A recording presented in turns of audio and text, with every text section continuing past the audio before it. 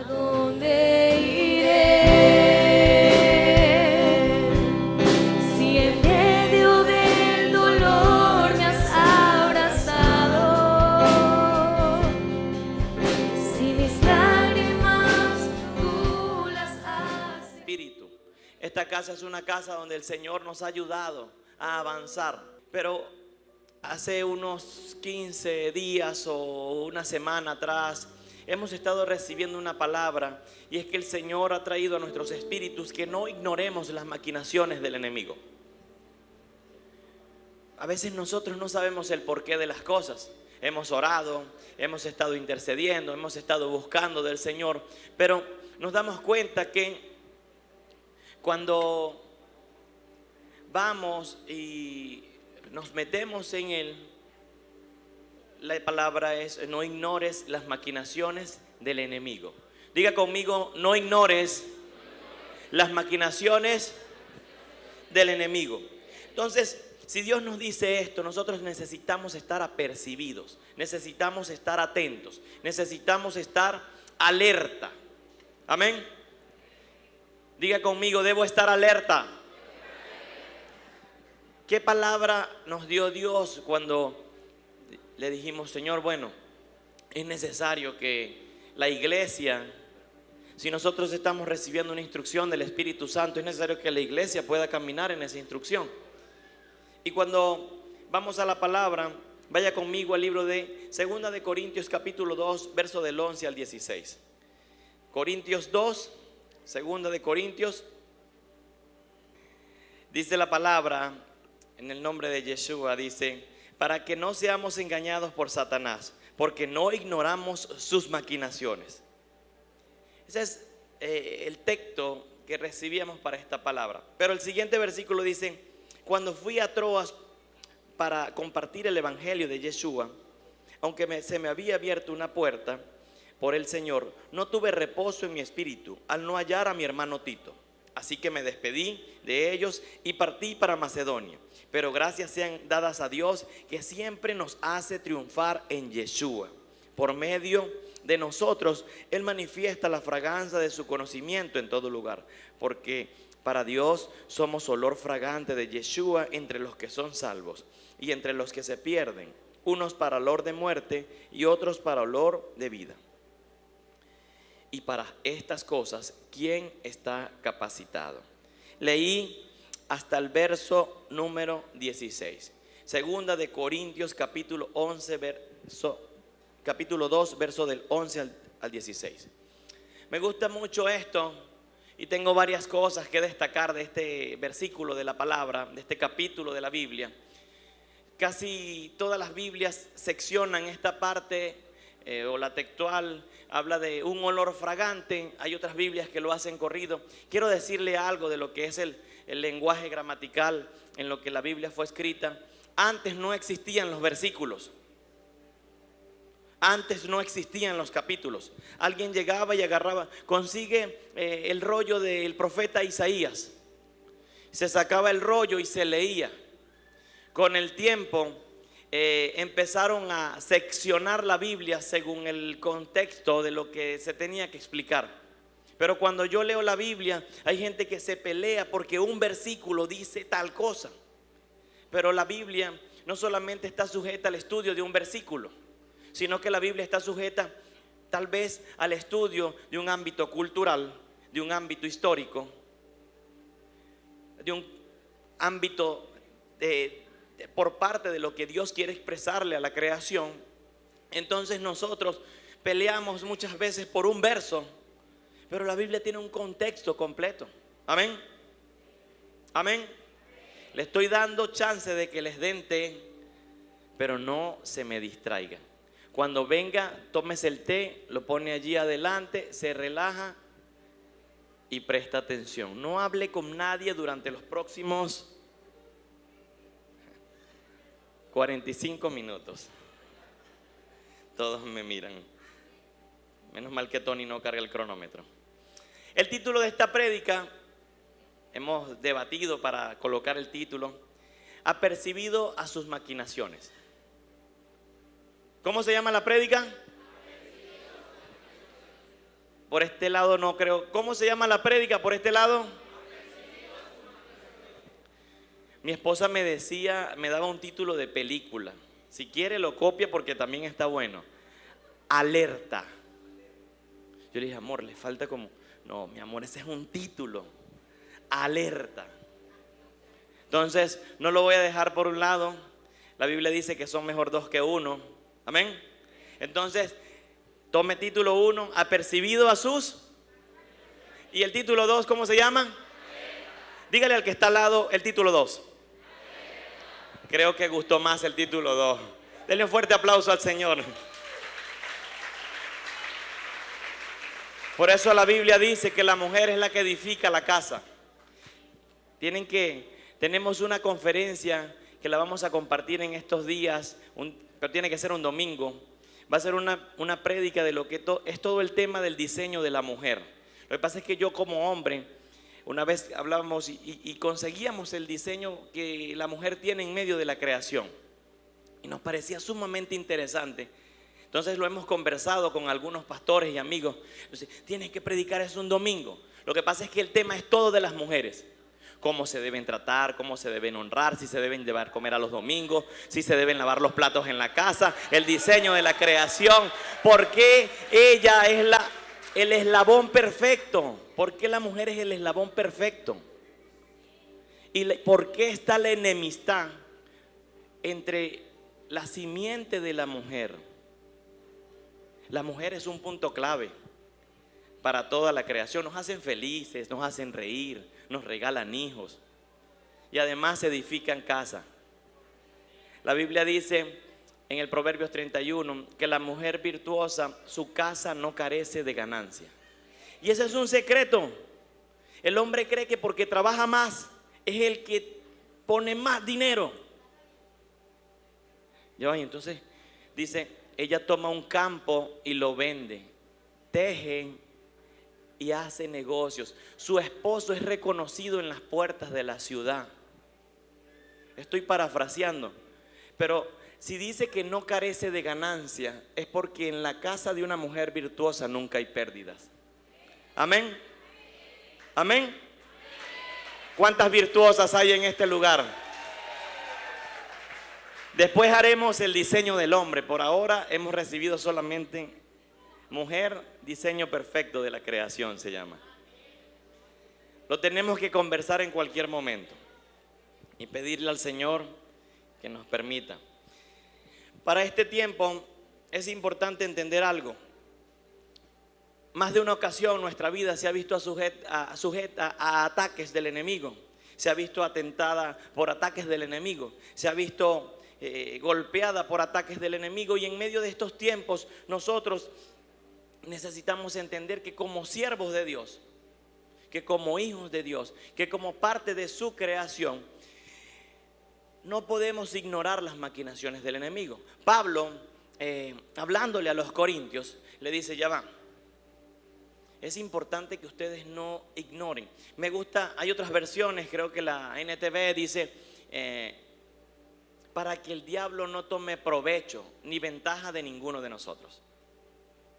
Si nosotros somos hijos de Dios, es necesario que nosotros estemos adelante de cualquier situación. Si nosotros somos hijos del Creador de los cielos y la tierra, es necesario que nosotros estemos apercibidos ante cualquier situación. Amén.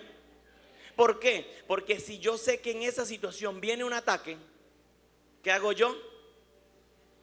Hablemos de estrategias. Si a usted lo van a atacar, si a usted le dicen, miren, en ese callejón roban, eso pasaba mucho antes. Yo viví y crecí en la Raúl Leoni, y la Raúl Leoni tiene veredas. ¿Cuántos son de la Raúl? Unos cuantos, como 8. Entonces la Raúl Leoni tiene muchas veredas, pero habían veredas que eran candela. Entonces le decía, mira, vas a ir a la bodega, sí, excelente, pero por allá no te vayas, no pases por ese estacionamiento porque por ahí es candela. Entonces ¿qué hacía uno? No, yo prefiero caminar un rato más, pero llegar con el mandado completo, llegar seguro. Así pasa en la vida en el Señor. Nosotros con el Señor, como sus hijos, es necesario que podamos entender que si Dios nos manda a estar atentos y no ignorar las maquinaciones del enemigo, es por algo. Yo parto de un punto y ese punto a veces nos lleva a confiarnos. ¿Cuál es el punto? Satanás fue vencido en la cruz. Amén. Cierto, ¿verdad? ¿Fue vencido o no fue vencido, iglesia? ¿Y por qué no lo dice con...? Yo creo que hay iglesias donde uno va y uno dice el nombre de Satanás y dice toda la iglesia que el Señor lo reprenda. Y abren las puertas para que si está por ahí salga disparado. Ahora, yo creo eso. Yo creo que Dios, el Señor Yeshua, venció en la cruz del Calvario al infierno, a la muerte. La Biblia lo dice en el libro de Colosenses, que Él los exhibió públicamente y los humilló y les quitó las llaves de la muerte y del infierno. Pero los muérganos, como tienen un concepto de eternidad, no se rinden fácilmente. Usted tal vez hoy está aquí sentado, pero en su mente hay una lluvia de pensamientos peleando con lo que yo le puedo decir. ¿Dónde se gesta esa batalla? Usted tiene un espíritu, pero en ese espíritu que usted tiene también hay fuerzas espirituales que obran o operan para que tú tengas temor, incredulidad, no tengas fe y dudes de lo que Dios te pueda decir. O sea que esto es una batalla. Diga conmigo, yo estoy en una batalla constante. Teológicamente es una teoría, es una cosmovisión, es una forma de ver el mundo espiritual. ¿Cómo se llama? Cosmovisión de conflicto. No voy a hablar de la cosmovisión de conflicto. Hay dos teorías que rigen a toda la creación, hablando de los ámbitos religiosos o los estudiosos o lo que han dicho los exégetas o los teólogos. Y ellos parten de una teoría. Una dice teoría de conflicto, es una de las que la que yo creo y la que hemos estudiado que es. Pero la otra se llama cosmovisión o teoría del control. Si yo le menciono cada una de estas dos, usted me va a decir, no, pues sí, la primera funciona mucho. Pero existe la teoría del control o la cosmovisión del control y la teoría del conflicto. Pero constantemente tú y yo estamos en conflictos con un mundo invisible. La nación, tu casa, tu familia, tu carro, todo lo que tú tienes está siendo peleado, tus hijos, tu salud, en un mundo invisible. Amén. Entonces, cuando nosotros como hijos de Dios dejamos o no le hacemos caso a esto, en más de una ocasión se presentan dificultades en las que tenemos traspiés o tropiezos. Yo voy a hacer algunos ejemplos, pero quiero darle introducción a este tema para que usted pueda comprender. Nosotros hoy debemos estar atentos. Hoy debemos tener los ojos puestos en Yeshua. Hoy necesitamos mirarle a Él para poder caminar y no tropezar. En este tiempo vamos a estar tomando algunos elementos. Y yo quiero que usted pueda tener el concepto de lo que es la palabra maquinación. ¿Qué significa o qué es la palabra maquinación? Porque Pablo dice, no ignoréis las maquinaciones del enemigo. Dice así, viene del griego noema, significa pensamiento o maquinación. Puede traducirse como la preparación de una trama o un plan de forma oculta. Vea que tiene el significado. Le estoy diciendo que Satanás está operando en un mundo espiritual. Entonces la gente está enferma o tiene un problema económico. Podemos tener problemas económicos, podemos enfermarnos. Yo creo que sí. ¿Por qué no nos alimentamos bien? Nos cayó una lluvia, frío, calor, cualquier cosa, me resfrié. Yo creo que sí puede pasar eso. Yo creo que podemos en algún momento como empresarios o dueños de negocio o dueños de empresas tener un traspiés económico aún como empleados. Pero una cosa es tener un traspié y otra cosa es tener una mala racha constante. Hay gente que en un año no levanta la cabeza. Yo no creo que si yo tengo un Dios que es amoroso y misericordioso, que me ama como un hijo, como cantaba en la canción Catherine, que me ama como un hijo, no me va a echar la mano. Dios está dispuesto a ayudarnos, amén. Pero hay cosas que quieren detener eso. Pero cuando yo ignoro el mundo espiritual, ¿qué pasa? Estoy ignorando las maquinaciones del diablo. Entonces pasan cosas y vuelven a pasar, y vuelven a pasar, y vuelven a pasar. Y uno le dice, Señor, ayúdame. Y Dios está dispuesto a ayudarte, pero lo que quiere es que veas lo que tienes que hacer para que eso se destrabe, para que eso se quite. La Biblia dice, nuestra lucha no es contra ¿qué? Sino contra ¿qué? No luchamos contra carne ni sangre, sino contra principados, potestades y huestes de maldad, o seres espirituales. Ahora, cuando yo entiendo esto, aquí los empresarios son bien importantes, los estudiosos, los analíticos, los matemáticos suman. Ya va, si hay un mundo espiritual que reacciona a este mundo en el que yo estoy, entonces yo tengo que resolver las cosas aquí para que se resuelva el resto aquí. Amén. Pero ¿qué es lo difícil? Que como yo no veo en el mundo espiritual, no percibo y no discierno, entonces ahí es donde yo no sé qué hacer. Ahora, si Dios es espíritu, Dios nos ha dado a nosotros un espíritu. Amén. Le estoy hablando de cosas que cualquiera dice, ay, esto es muy profundo. No, esto es lo normal del ser humano. Usted es un espíritu. Amén. Pastor, está hablando del espíritu. Hay gente que le tiene miedo a la palabra espíritu. Pastor, eso es muy difícil, yo no puedo ver ni entender. Esa es una mentira del diablo que se tiene que salir de la iglesia.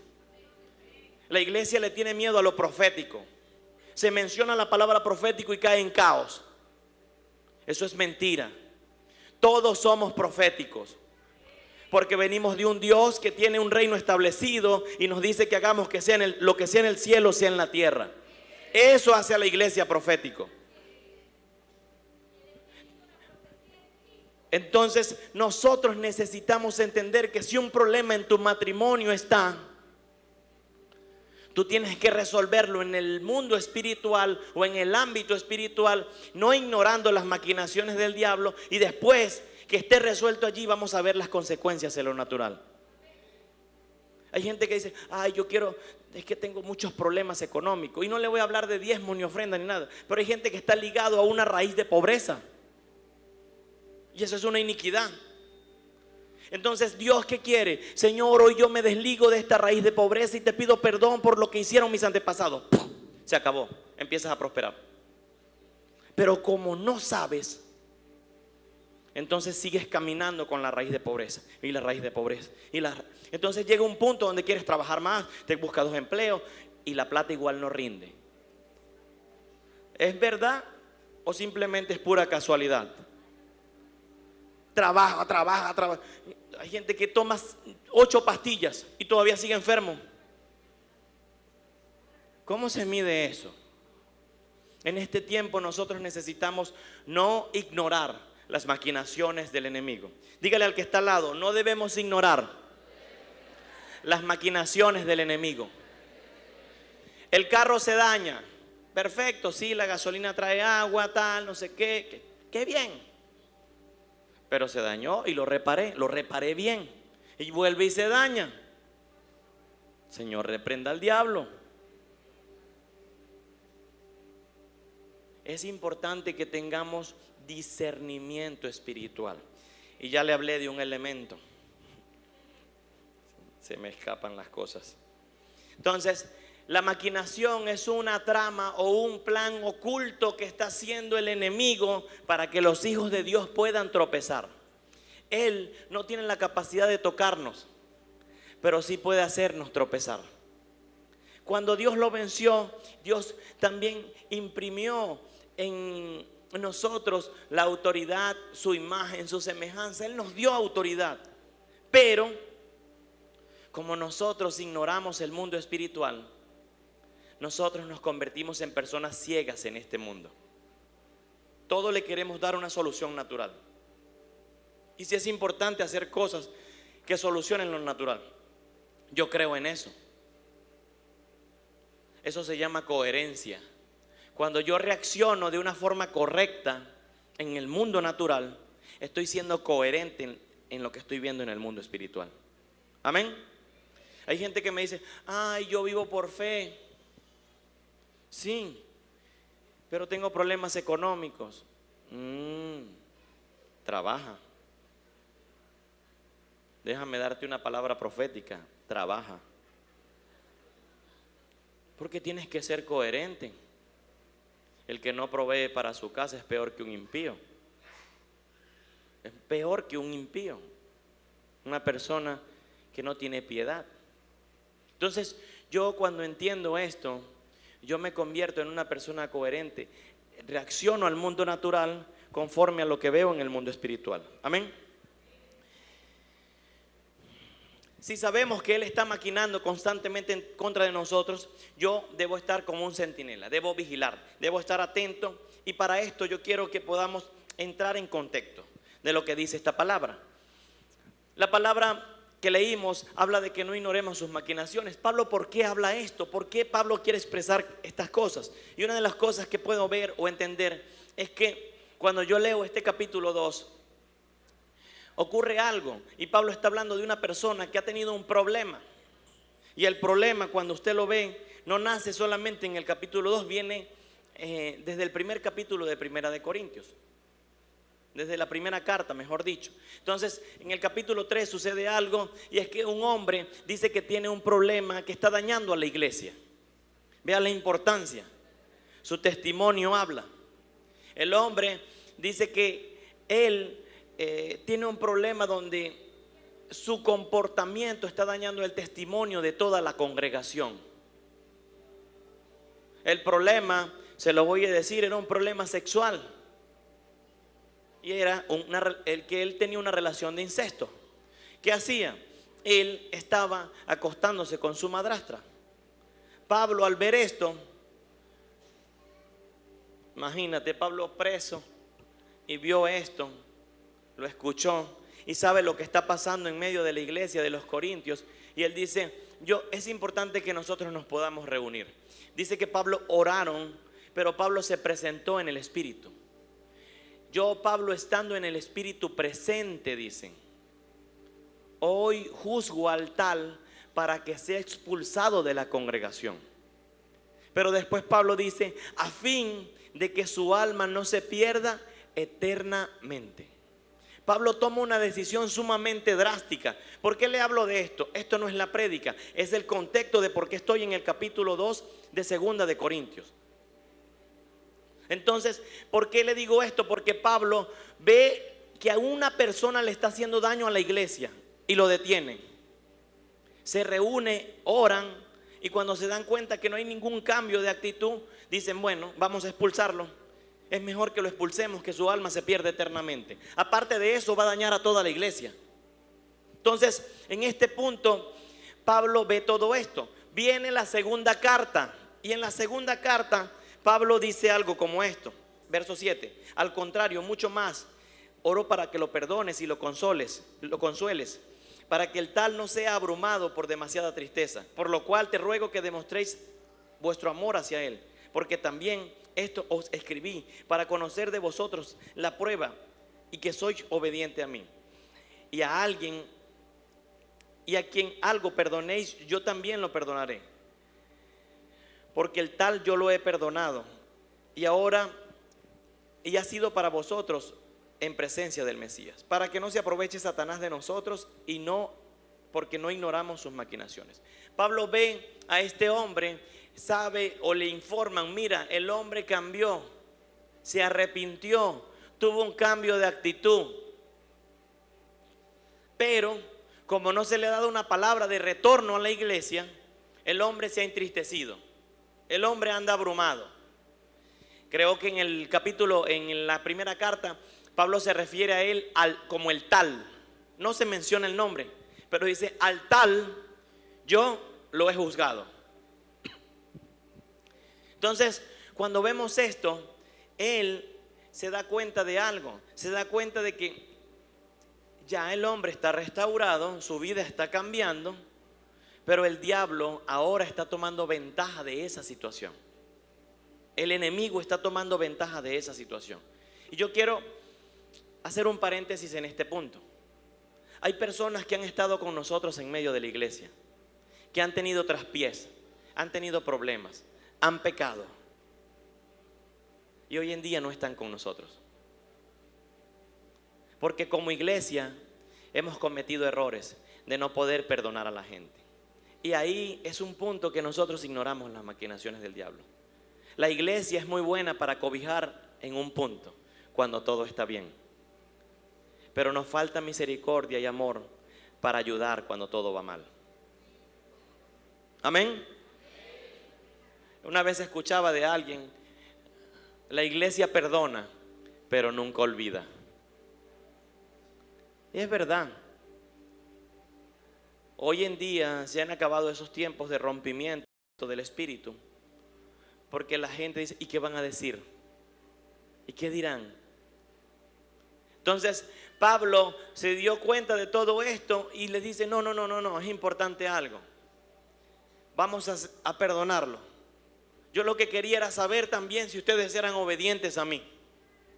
Vamos a perdonarlos, y una vez que lo perdonemos, tráiganlo a la congregación, para que el diablo no nos tome ventaja. Porque no ignoramos su maquinación. No ignoramos su maquinación. Entonces, hoy nosotros necesitamos entender esto. No puedo dar ventaja al enemigo. Yo no puedo dar ventaja al enemigo. Quiero que vayas conmigo al libro de Lucas, capítulo 22, versos 31 y 33. ¿Vamos entendiendo hasta este punto? Amén. Amén. Ok.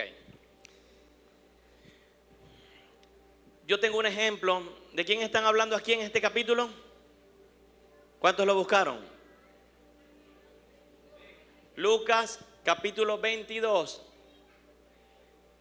del 31. ¿De quién se habla, Pastor Tony? ¿Quién era el que le llamaban Simón? Pedro. Y esta escena es muy importante. Yo le decía: Señor, tienes que hablarme algo interesante en este punto, porque ¿cómo expresamos lo que queremos decir si no hay un ejemplo bíblico? Y Pedro le pasa algo. Dice su palabra: Simón, Simón, he aquí Satanás os ha reclamado para zarandearos como a trigo, pero yo rogué a ti para que no desfallezcas tu fe. Y tú, cuando hayas vuelto, fortalece a tus hermanos.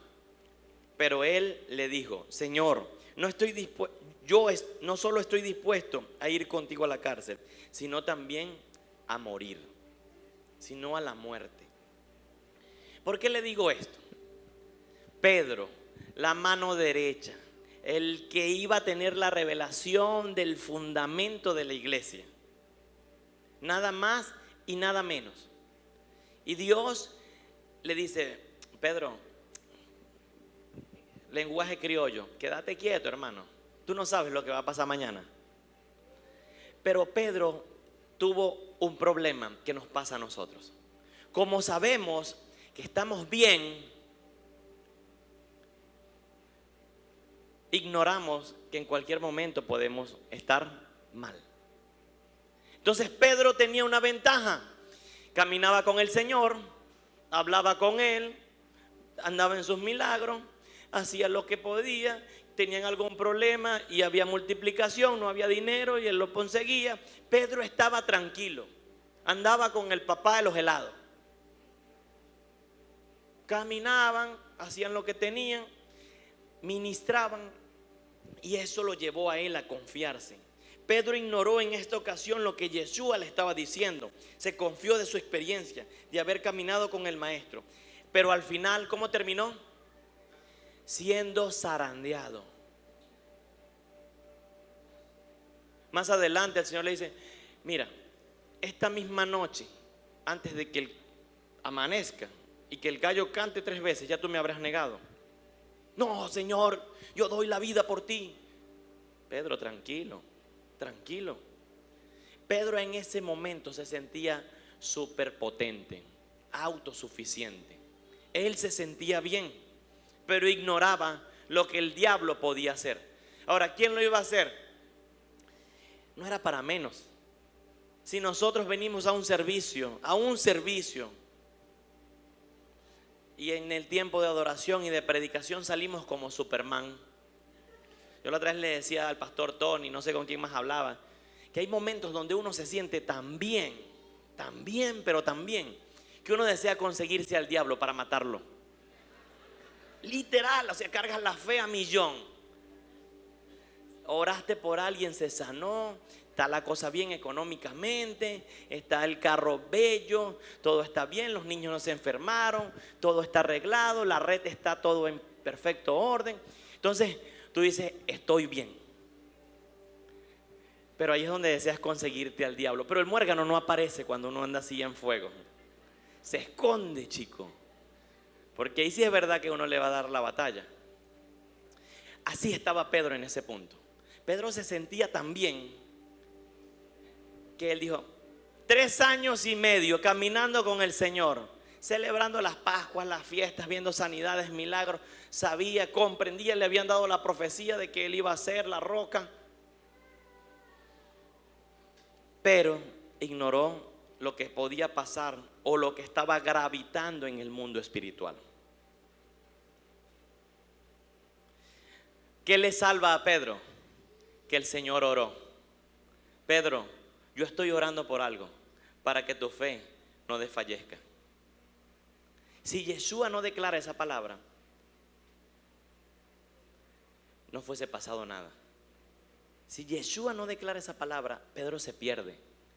Leía hace 2 días un libro que se llama Crónicas de una nación en guerra. Es un muy buen libro. Habla de el cumplimiento profético de muchas palabras que se han dado sobre Venezuela, incluyendo la de su libertad. Incluyendo la de su libertad.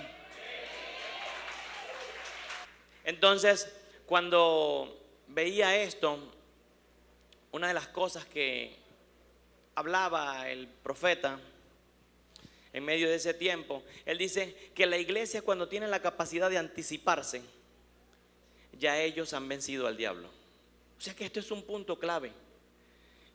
Hablando de estrategias militares, policiales o de detectives, la anticipación nos da ventaja. ¿Qué hace uno? Pedro ignoró esto, pero el Señor se anticipó. Yo estoy orando por algo, Pedro, estoy intercediendo por algo, para que tu fe no desfallezca en el momento de la prueba.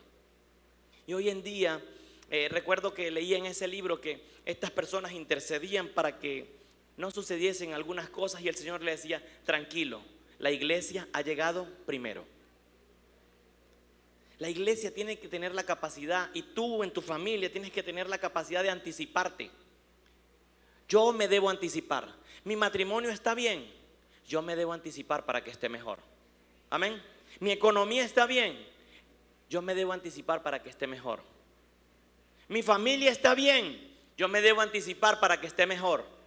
Porque yo no ignoro las maquinaciones del enemigo, sino que estoy apercibido. Estoy alerta, estoy atento. Ay, mira, el carro está bien. No, voy a hacerle un chequeo. No ignoro sus maquinaciones. Pero nosotros, cuando todo está bien, es el momento donde nos confiamos. Pedro sabía que el Señor debía ir a la cruz. Él sabía eso, pero él nunca pensó que lo iba a negar. O sea, en su mente, en su cabeza, nunca pensó que lo iba a negar.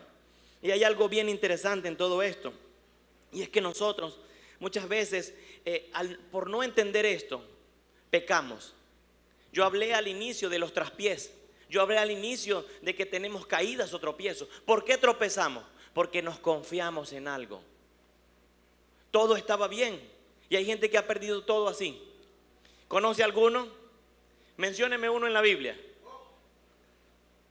Vamos al libro de Job. Amén. Me gusta mucho este ejemplo. Porque Job, ¿cómo comienza el libro describiendo a Job? No existía en la tierra, ¿quién? Un varón perfecto, un hombre como Job, un hombre justo, temeroso del Señor y apartado del mal. ¿Será que Job estaba bien? Sí, ¿verdad? El tipo estaba enchufado. Tenía real, todo estaba arreglado. tipo estaba conectado, pero enchufado a la fuente de donde vienen todas las cosas. Porque el que lo estaba describiendo era el mismo Señor. No existía un hombre como él. No había un hombre como él. ¿Qué llevó a Job a todo esto? El ignorar lo que podía pasar en el mundo espiritual. Vaya conmigo, ¿por qué le digo esto? Libro de Job, capítulo 42. ¿Listo? Versículo 5. Los que lo tengan en Nueva Traducción Viviente lo dice muy bonito. Léanmelo. 42:5. ¿Cómo dice Pastor Lujano? Claro y fuerte. De oídas te había oído hablar de ti, pero ahora mis ojos. Job dice, he ignorado, dice una versión, todo lo que conocía de ti. Simplemente hablé de lo que escuché de otros, pero nunca te había podido ver. Y cuando yo miro todo esto, ¿cómo dice esa versión? Lo que antes sabía de ti era lo que me habían contado, pero ahora mis ojos te han visto y he llegado a conocerte. Amén. Este hombre, siendo un hombre justo, temeroso, apartado del mal, estaba ignorando lo que podía estar pasando. ¿En dónde? En lo espiritual. Iglesia, ¿será que hay importancia en medio de esto? Desearíamos tener las características que tenía Job y que Dios se expresara de nosotros así. Pero con todo y eso, no dejó de ser un ciego espiritualmente. Vivía de experiencias de otro. Yo hoy hablo de esto, iglesia, no para motivarte en un sentido a que puedas cambiar, sino estoy hablándote esto para que tú puedas entender que Dios habla y también va a hablar a tu vida. Dios dejó un espíritu. Dios dejó un espíritu. Y ese espíritu es el encargado de enseñar a cada persona y a cada familia. Pastor, no lo sé hacer, no lo sé escuchar. Sigue en la iglesia, no te despegues. Conéctate a tu pastor.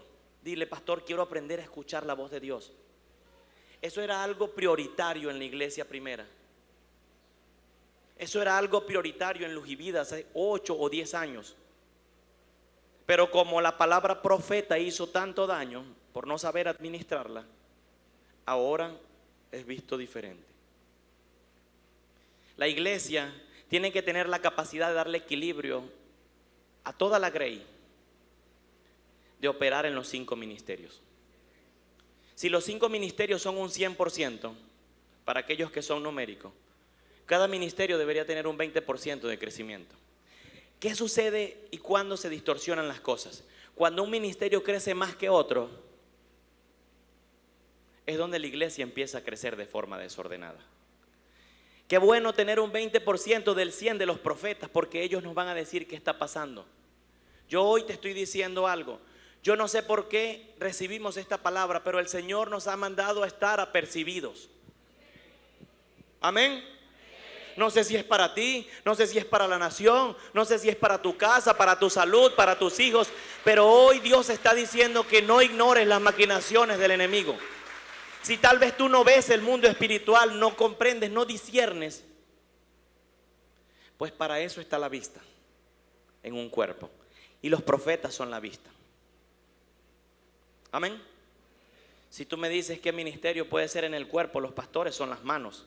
Cuidan, arreglan, apacientan, cortan pasto, quitan pulguitas a las ovejas, peluquean. ¿Qué sería el evangelista? ¿Qué sería el maestro? Quien enseña la mente, quien hace el plan. Esta es la dirección. El profeta siempre sale así arrebatado, a millón. Pero el maestro dice, ya va, está bueno lo que tú estás diciendo, pero vamos a hacer un plan. Ahora, ¿son o no son importantes los 5 ministerios? Tu vida tiene uno, por lo menos. Amén. Gracias por su optimismo. Su vida tiene un ministerio dado por Dios. La Biblia dice que todos tenemos uno.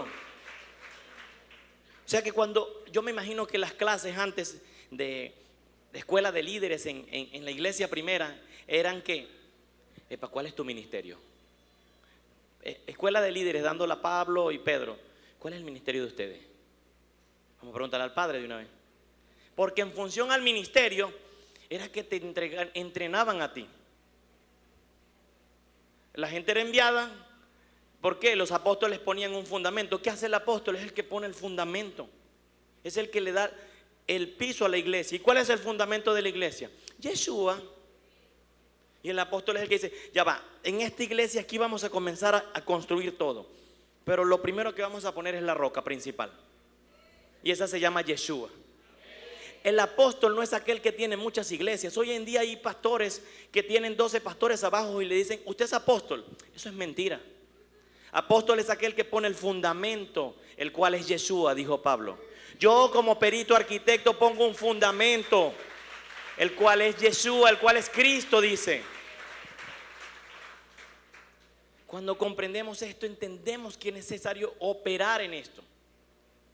Hay características en tu vida que Dios te las dio antes de la fundación del mundo para que puedas desarrollar ese ministerio. O sea que ningún ministerio debe competir, sino que los ministerios se deben amar unos a otros. Porque somos diferentes. Cada parte del cuerpo es diferente. Pablo dice que el cuerpo tiene partes honrosas que pueden ser exhibidas, como las caras, como las manos. Pero hay partes que no son de honra, que tienen que estar ¿qué? Cubiertas. Cuando yo entiendo la dinámica cuerpo, yo aprendo a disfrutar de los dones de la gente. Amén. Yo no danzo para nada. Me enriedo. A veces quiero cantar. Ay, Rey, no me has enseñado. Pero me disfruto cuando yo estaba llorando cuando cantaba Catherine, porque llegué todo apurado, el discípulo estaba enfermo, estábamos orando. Lo que hice fue ponerme ahí, ¡tum! Y el Señor, y empecé fue a llorar, me quebrantó. Disfruto del don de ella aunque yo no lo tenga. Amén. ¿Qué debemos hacer el resto? Si hay profecía en una persona, yo no la ignoro. A ver, ¿qué quiere que hagamos lo que él quiere? No, él está viendo algo que yo no veo. Por ende, camino en la dirección que Dios le está diciendo, porque su oído está más desarrollado que el mío. El evangelista, hermano, usted le dice a un profeta, vaya, reparta bolsas de comida. ¿Para qué? Más bien vamos a ganarlo en el espíritu, dice. Pero el evangelista es importante entregar una bolsa, abrazar a la gente, decirle que lo ama. Dios te ama, siéntate, ven, pasa adelante, siéntate aquí. Ese es el evangelista, su corazón es darse. Pero es diferente al profeta. ¿Y qué hace el pastor? No le importa cómo la gente llegue, si llega sucia, desarreglada, no sé qué, pase adelante, papito, siéntese aquí, coma, venga. Y cada quien tiene su. Entonces el maestro dice, ya que están adentro, los voy a enseñar. Y comienza a hacer planes educativos, le empieza a enseñar a la iglesia, le empieza a decir una. Pero los 5 ministerios son súper importantes para la edificación de la iglesia. Amén. El libro de Efesios dice que la iglesia está constituida, fundamentada sobre los 5 ministerios. ¿Para qué? Para la edificación de los santos. Imagínate, Dios pone los 5 ministerios para que tú y yo seamos edificados, cada quien con su ministerio. Pero nosotros hoy en día, iglesia del siglo XXI, 2023, ignoramos los ministerios, los apedreamos los ministerios, golpeamos los ministerios. Ay, es que ese pastor grita demasiado, a mí no me gusta cómo predica. Y el otro predica muy lento. Yo predico lento. Me lo han dicho, pero en amor. Yo predico lento no porque esa es mi forma. Yo no quiero predicar como otro. Yo predico lento porque enseño. Amén. Así que si me ve lento, usted va orando, Señor, apúralo. Intercede. Comienza la intercesión. Señor, que hable más rapidito. Yo voy terminando rápido cuando miro que me faltan 10 minutos, como ahorita, y empiezo a saltar cosas. Pero, ¿por qué le digo esto? Tu vida es importante para mí. Y la vida del pastor Ramón es importante para toda la iglesia. Y la vida de cualquiera, el que viene llegando hoy, es importante para toda la iglesia. ¿Por qué? Porque él es una parte principal y fundamental del cuerpo de Cristo. Amén. Todos nosotros, la Biblia dice que Yeshua, Él es la cabeza. Si Él es la cabeza, ¿nosotros qué somos? Entonces de aquí para abajo estamos todos nosotros, porque Él es la cabeza.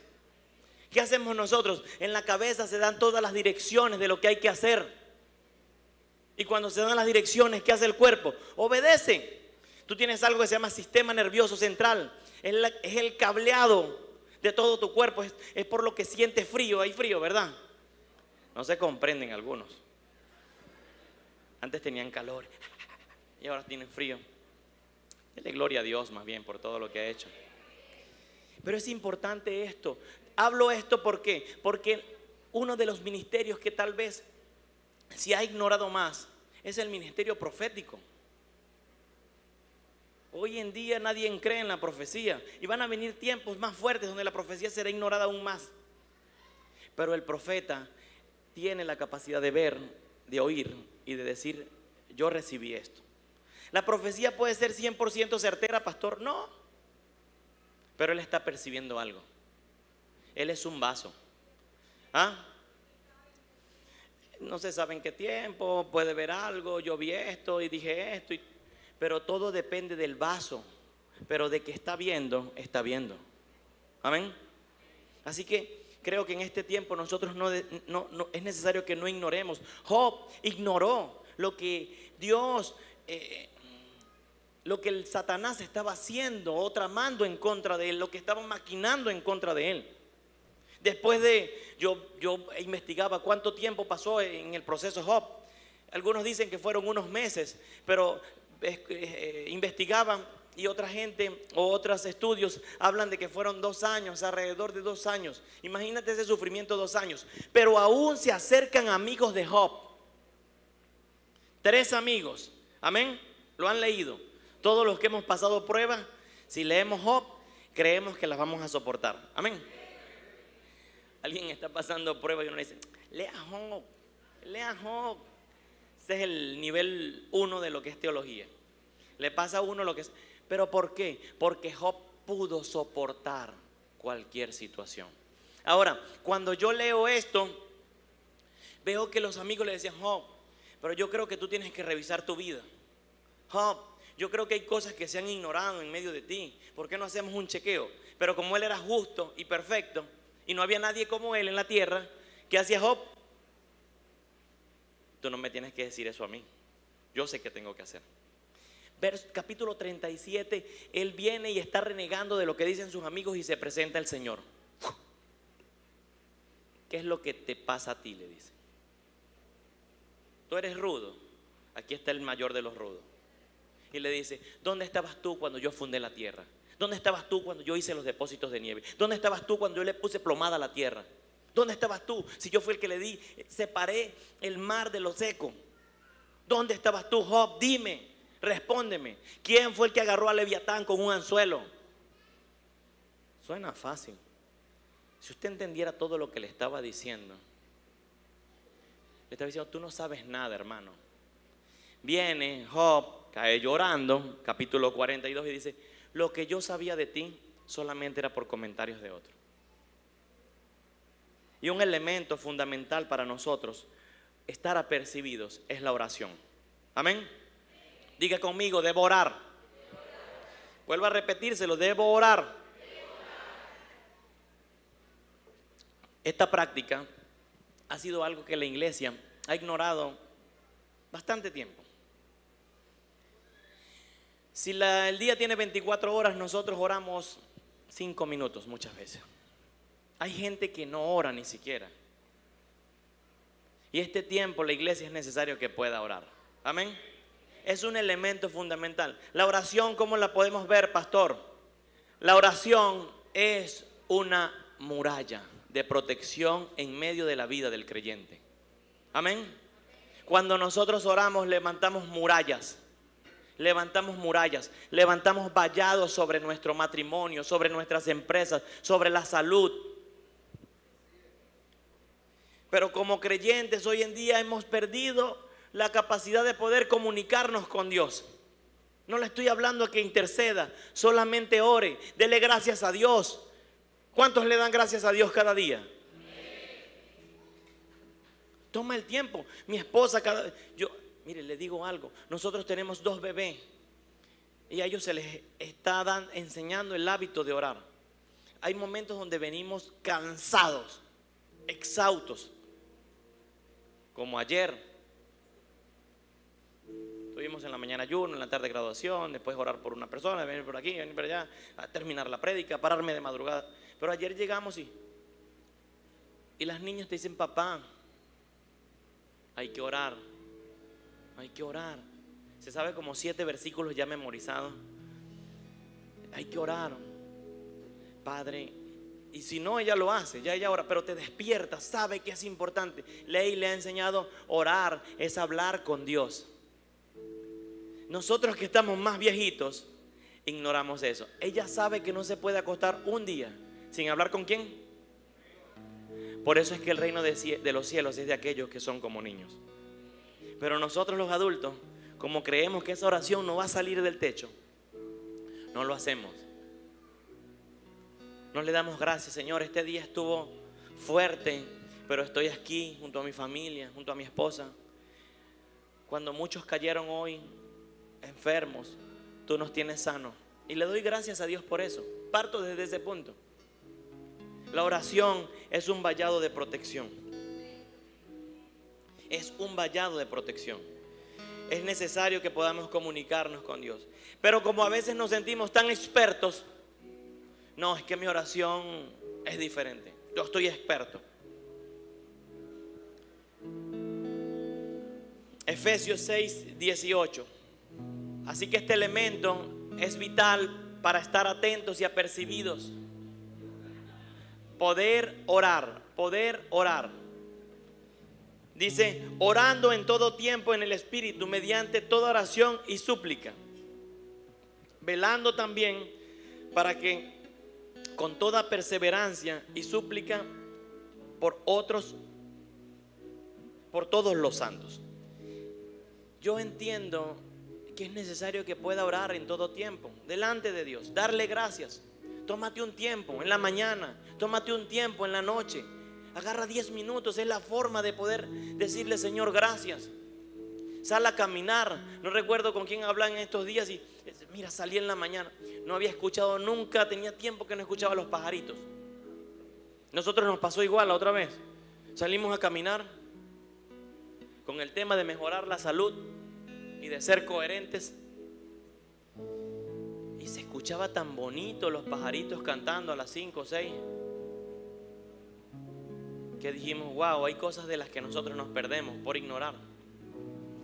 Entonces, 1 Tesalonicenses capítulo 5 verso 17: orad sin cesar. En todo momento nosotros necesitamos estar orando. Sin César vamos orando. Con César, vamos.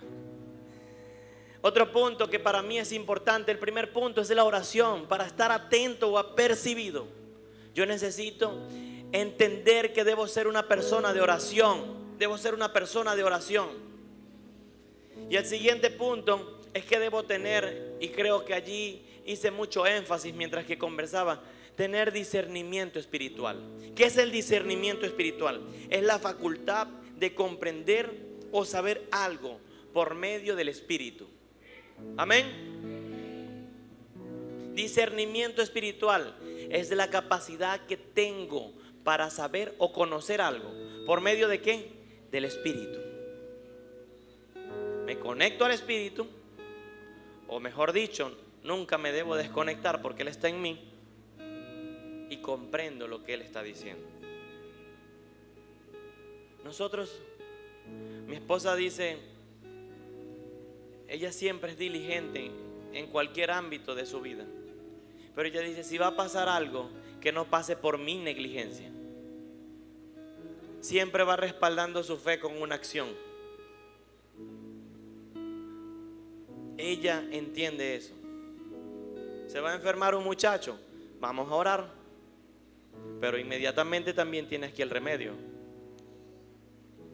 No vamos a dejar que pase algo. No ignoramos las maquinaciones del enemigo. Amén.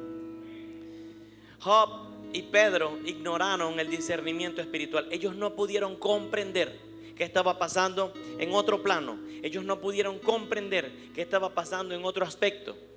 Y al no comprenderlo, pues lo ignoraron. Yo te quiero hacer una pregunta y quiero que cierres tus ojos allí mientras que podemos dar un pequeño inicio. Cierra tus ojos allí donde estás. Nadie te va a llevar la cartera. ¿Qué estás ignorando hoy en medio de lo que pueda estar pasando en tu vida? Entonces, ¿qué estás ignorando hoy en medio de tu vida?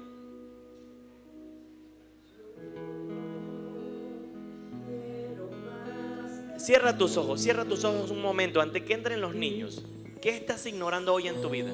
¿Cómo está tu familia? Habitar en tu presencia. ¿O todo está bien? ¿Será que todo está bien? Menguar para que crezcas tú, y cada día seré más como tú.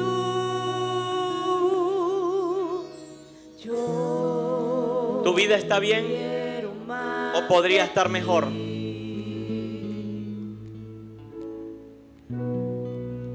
Y habitar en tu presencia. ¿Será que estás completo en medio de lo que es tu experiencia? Que crezcas tú, y cada día seré más como tú. Quebranta mi corazón, quebranta mi vida, te entrego mi voz. Reconsagra las cosas una vez más delante de Dios. Vuelve a poner todo en su lugar. Todo lo que soy, Señor, todo cuanto tengo es tuyo. Yo quiero menguar para que crezcas tú. Dice la Biblia en el libro de Hebreos: por la fe entendemos que los siglos fueron restaurados con un dicho de Dios, para que las cosas que no se están viendo lleguen a ser visibles. Tu vida espiritual está en manos de Dios. La vida de tu familia, tu economía, tu matrimonio está en sus manos. Pero es necesario que hoy podamos ver qué quiere Él. Su palabra dice que su voluntad es buena, es agradable y es perfecta. Dice la palabra en el 1 de Corintios 2. Dice, pero el hombre natural no acepta las cosas del Espíritu de Dios, porque para él son necedad, y no puede entenderlas, porque han de discernirse espiritualmente. En cambio, el espiritual juzga todas las cosas, pero él no es juzgado por nadie. ¿Qué hace el hombre natural? Todo lo ignora. Y yo quiero que hoy, si hay algo en tu vida que hoy necesita ser reconsagrado,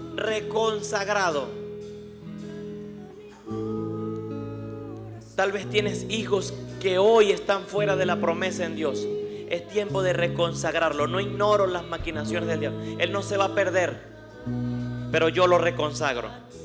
Tal vez es tu economía la que ha estado dando problemas, o el negocio que no está funcionando como esperas. Hoy lo reconsagro delante de ti. Señor, hoy lo vuelvo a consagrar. Yo no ignoro.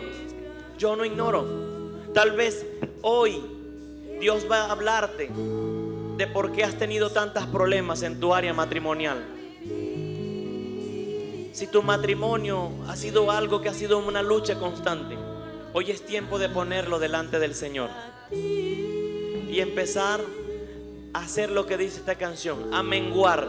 Señor, todo cuanto tengo es tuyo. Yo quiero menguar para que crezcas tú. Quebranta mi corazón, quebranta mi vida,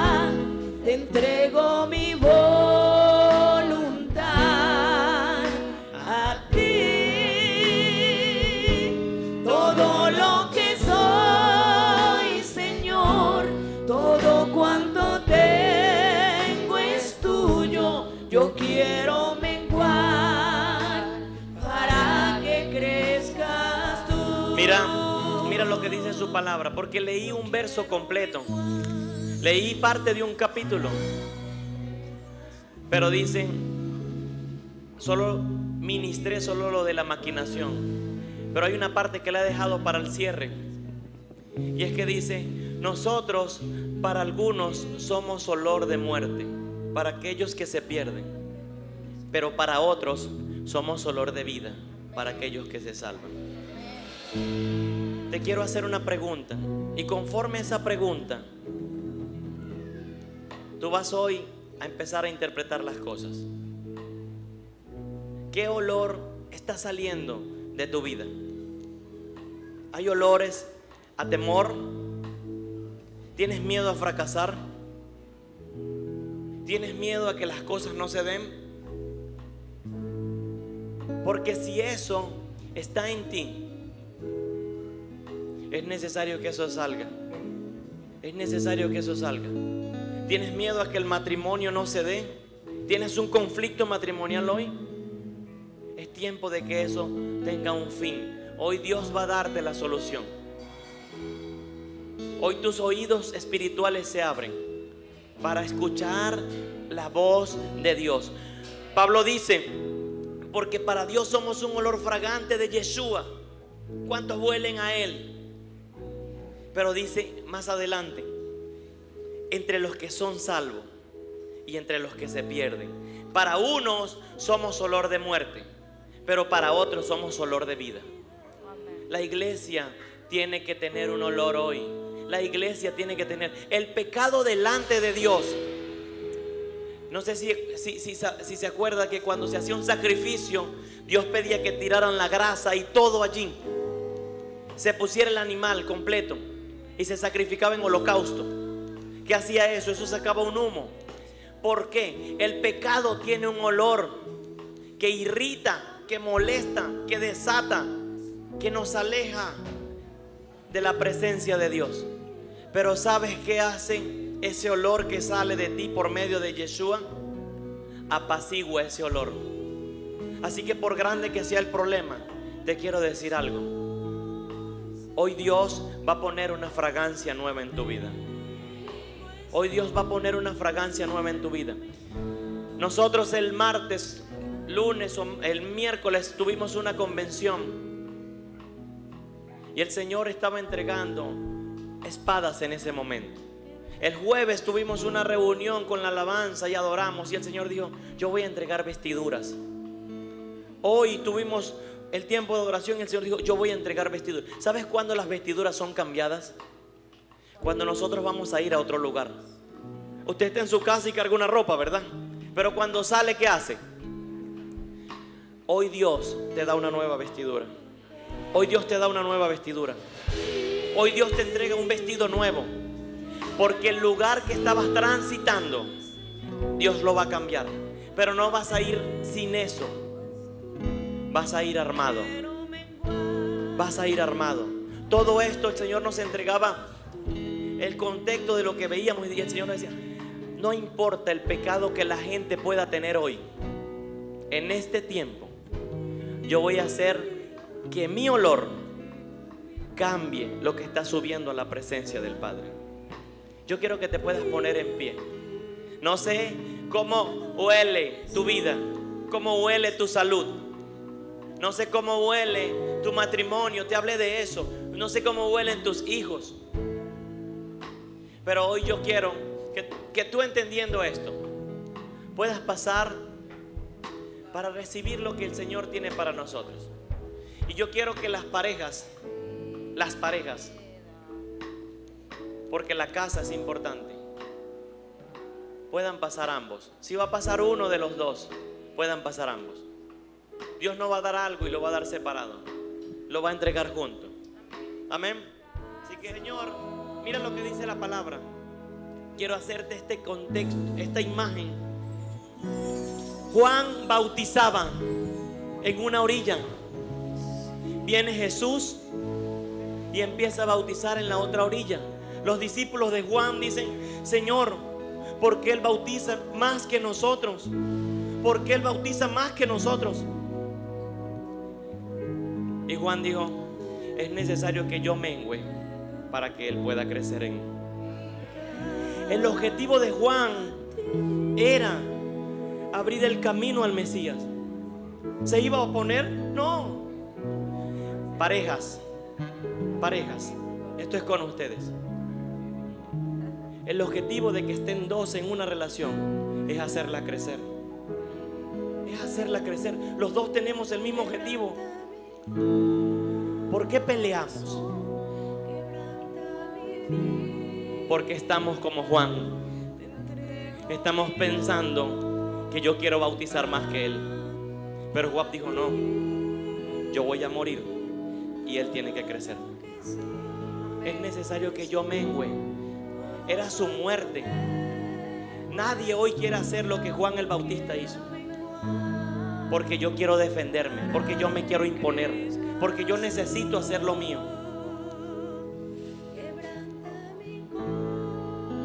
La Biblia dice,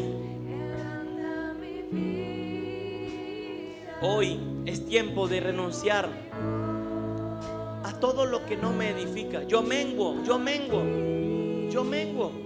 Diga conmigo, yo menguo.